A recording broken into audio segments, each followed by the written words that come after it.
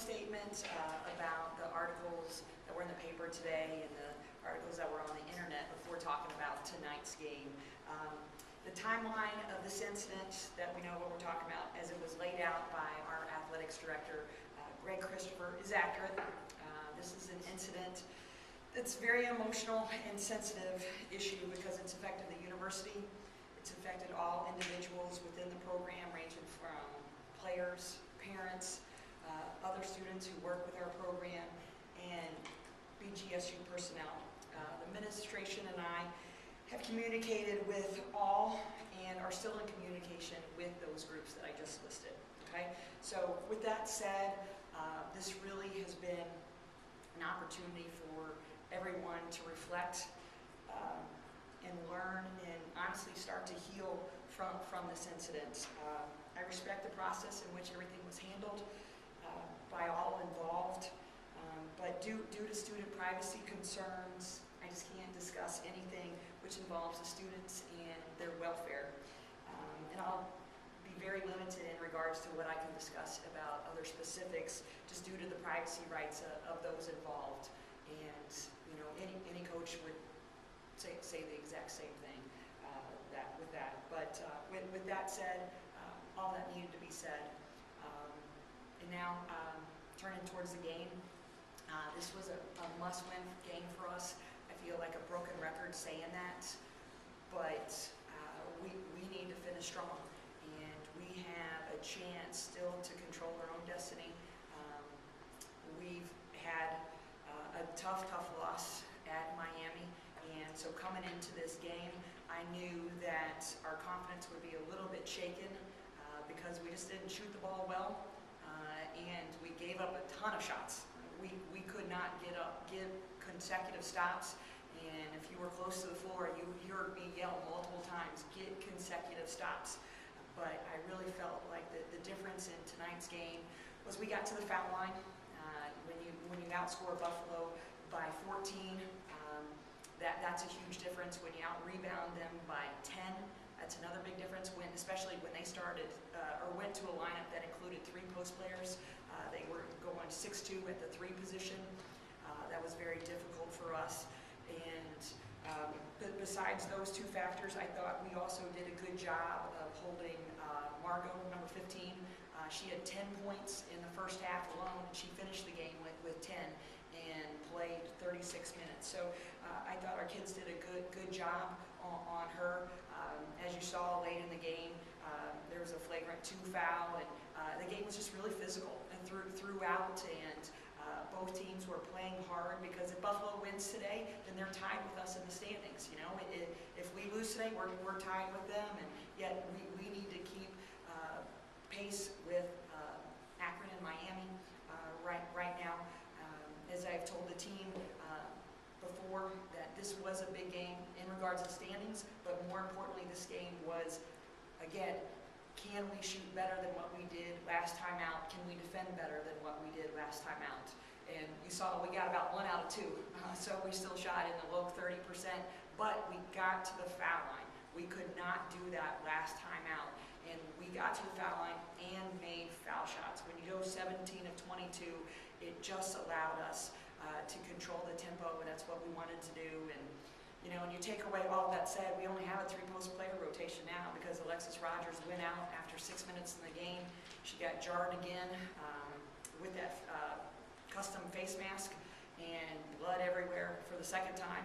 She broke her nose originally against Buffalo. It was healing well. Now, if you look at her, it doesn't look good. So we'll check out her status, but everybody in the place saw that. So she'll have to wear the face mask the rest of the year. So we may go back to the old one, because I think there's a little bit more padding to it. So those 3 things, like I said, getting to the foul line, making foul shots, out-rebounding them by 10, and containing Margot, number 15, to 0 points in the 2nd half, because she wanted to play well, because she got pulled the first time that we played them, and that was a big difference. But this is, again, I'm happy with the result. Was it pretty? No. Was the boys' game last night and their big win against Miami, was that pretty? No.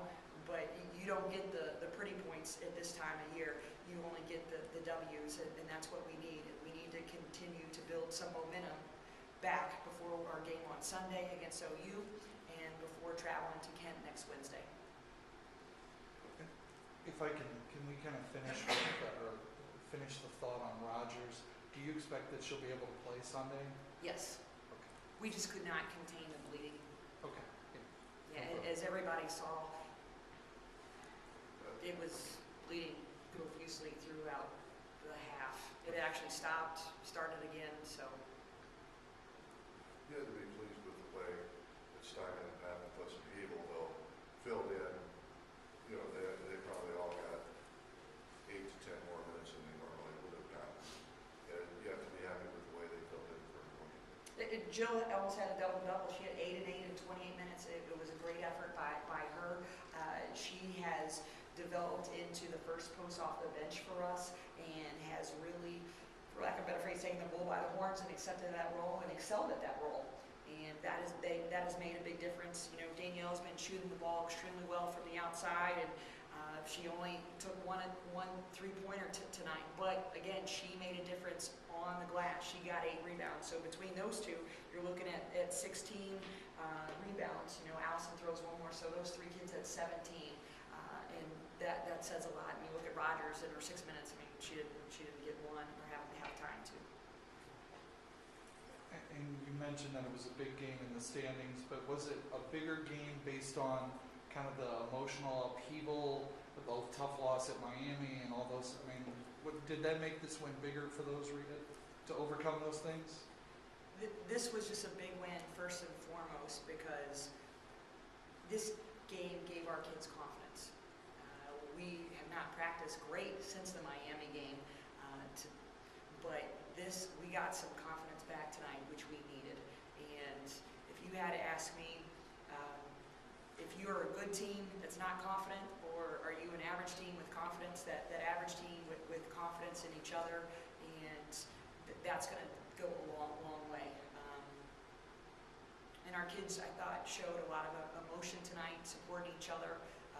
I tried to be even more emotional as well, get them fired up, because we needed consecutive stops. I can't emphasize that enough, because we could not get those against Miami. I mean, they shot 60%.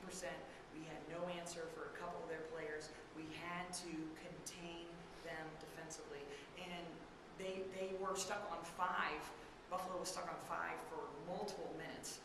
You know, you take away 2 late threes where we were trying to switch, and they were just throwing some stuff up. And I thought we had a chance to keep them in the 30s tonight. Coach, my understanding is that the players came to you and had a meeting. It sounded almost like an intervention. Why was it important, you know, for this practice what was going on to stop? What was it doing to the team that caused them to basically all come together and tell you? They had a meeting with me, as Greg documented in his timeline, and then I proceeded to bring that immediately to the attention of our administration, and the process continued from there. How has the overall chemistry of the team been since this has all been, you know, gone down? Winning helps. Winning helps a lot for sure. But we have goals on the horizon that we can still obtain, and we want to attain those goals.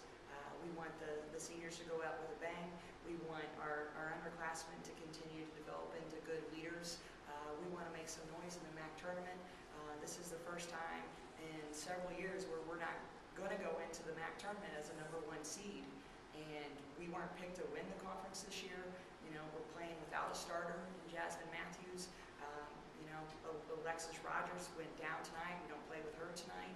And the bullseye's not on our back. So we're going into this conference tournament. We're going into March. We're going into the regular season, playing as hard as we can. And I can't ask anything else of them. I understand what you're trying to do. I'm just trying to ask I just don't want you to think I'm bombarding you with questions. Oh, no, Have you, I mean, obviously, you know, I'm sure you had a good relationship with Allie before. Have you talked to her since she's been let go? Are you still in communication with her you said earlier, what are some things that, if you could say, you know, what you told her? I mean, I've spoken with Allie a couple times, I've texted with her a couple times, but I've honestly talked with her mom more. how's she doing through this? I'm not in her shoes right now, so I can't speak for her. How are the girls all handling this then, from your perspective as a coach? I mean, this is emotional to be going through all this right now in the middle of the emotionally high part of the season.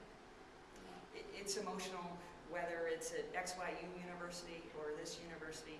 You're right, but in times of adversity, you can come together or fall apart. And we came together tonight, and that was a key. And I think everybody could see that.